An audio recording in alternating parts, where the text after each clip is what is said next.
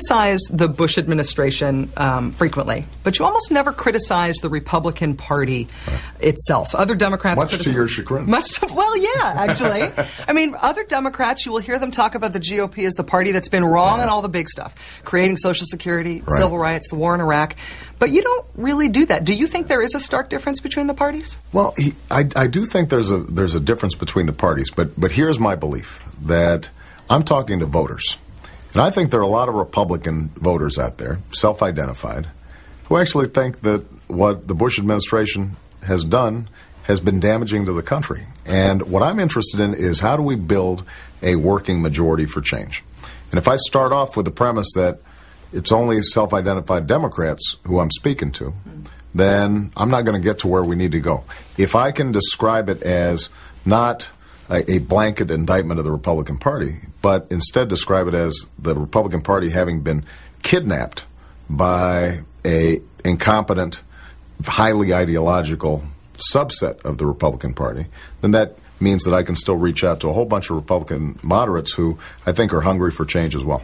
Now, they do not see you the same way. When they talk, when John McCain calls you a socialist, this redistribute the wealth idea, he calls you soft on national security. Yes. That's not just an anti-Barack Obama script. That is, he's reading from an anti-Democrat and specifically an anti-liberal script. Absolutely. And so you have the opportunity to say, John McCain, George Bush, you're wrong. You also have the opportunity to say conservatism has been bad for America. But you haven't gone there either. Yeah, I tell you what, though, Rachel, you notice I think we're winning right now. So maybe I'm doing something right. I know you've been bruising, cruising for a bruising for a while here, looking for a fight out there. But I just think people are tired of that kind of back and forth, tit for tat ideological approach to the problems. Now, there is no doubt that there is a set of premises in the reigning Republican ideology that I just think are wrong. This whole notion, and it's been captured by this back and forth about whether I'm a redistributor, I think is a great example. The notion that the progressive income tax, which was instituted by Teddy Roosevelt, supposedly John McCain's hero, is somehow un-American, I think is an example of how people have gone way off track. The Republican Party has gone so right when it comes to how we think about our obligations to each other, how we pay for things, and as a consequence, because most people think it's pretty important to pay for roads and bridges and schools, what we've ended up doing is tax cuts, no spending cuts, huge national debt. There's a core hypocrisy to how they have governed over the last several years that I think has to be reversed. And so we're going to challenge those things.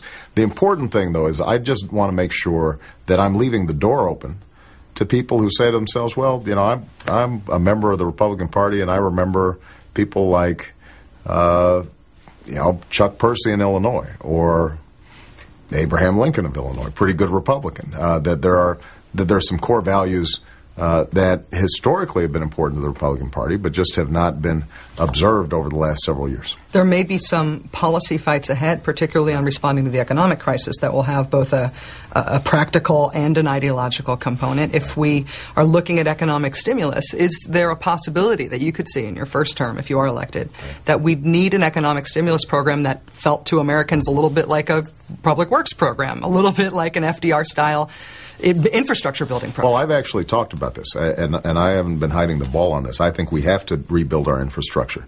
I mean, you look at what China's doing right now. Their trains are faster than us. Their ports are better than us. They are preparing for a very competitive 21st century economy, and we're not.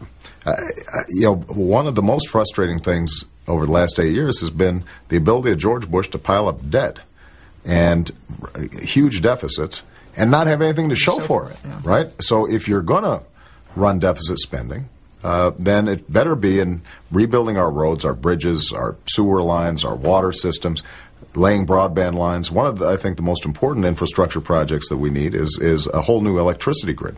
Because if we're going to be serious about renewable energy, I want to be able to get wind power from North Dakota to population centers like Chicago. And we're going to have a smart grid. If we want to use plug-in hybrids, then we want to be able to have ordinary consumers sell back the electricity that's generated from those car batteries back into the grid. That can create 5 million new jobs just in new energy.